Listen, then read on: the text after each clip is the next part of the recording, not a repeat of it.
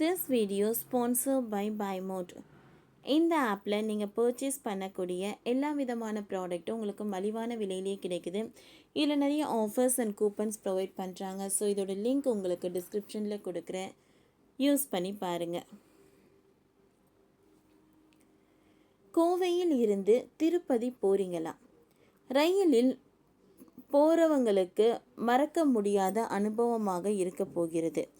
கோவையில் இருந்து திருப்பதி செல்லும் எக்ஸ்பிரஸ் ரயில் அதிநவீன வசதிகளுடன் கூடிய LHP பெட்டிகள் கொண்டதாக மாற்றம் செய்யப்பட்டு இன்று முதல் இயக்கப்பட உள்ளதாக ரயில்வே நிர்வாகம் தெற்கு ரயில்வே அறிவித்துள்ளது.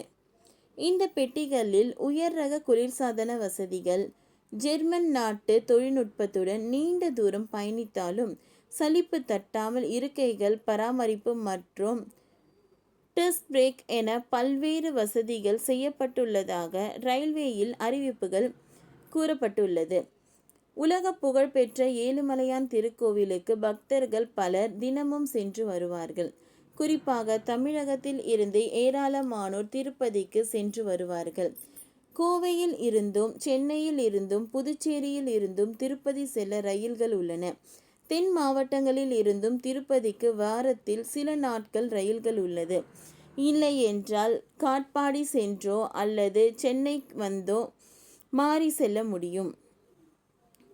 கோவையை பொறுத்தவரை திருப்பதிக்கு வாரத்திற்கு 4 நாட்கள் ரயில்கள் இயக்கப்பட்டு வருகின்றன.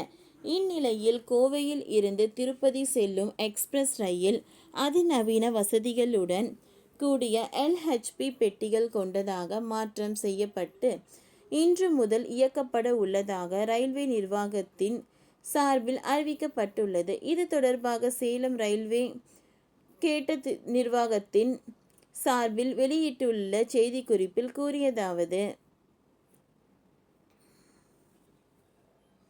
இதன் அடிப்படையில் கோவையில் இருந்து ஈரோடு, சேலம், ஜோலார்பேட்டை வழியாக திருப்பதிக்கு வாரத்தில் 4 நாட்கள் செவ்வாய், வியாழன், வெள்ளி மற்றும் ஞாயிற்றுக்கிழமைகளில் இயக்கப்படுகிறது. அதேபோல திருப்பதியில் இருந்து கோவைக்கு மறுமார்க்கத்தில் திங்கள், வெள்ளி, வியாழன் மற்றும் சனிக்கிழமைகளில் சிறப்பு ரயில்கள் இயக்கப்பட்டு வருகிறது. இந்த ரயில்களுக்கு பொதுமக்களிடையே நல்ல வரவேற்பு ஏற்பட்டுள்ளதால் இதன் சேவையை அதிகரிக்க ரயில்வே நிர்வாகம் முடிவு செய்தது.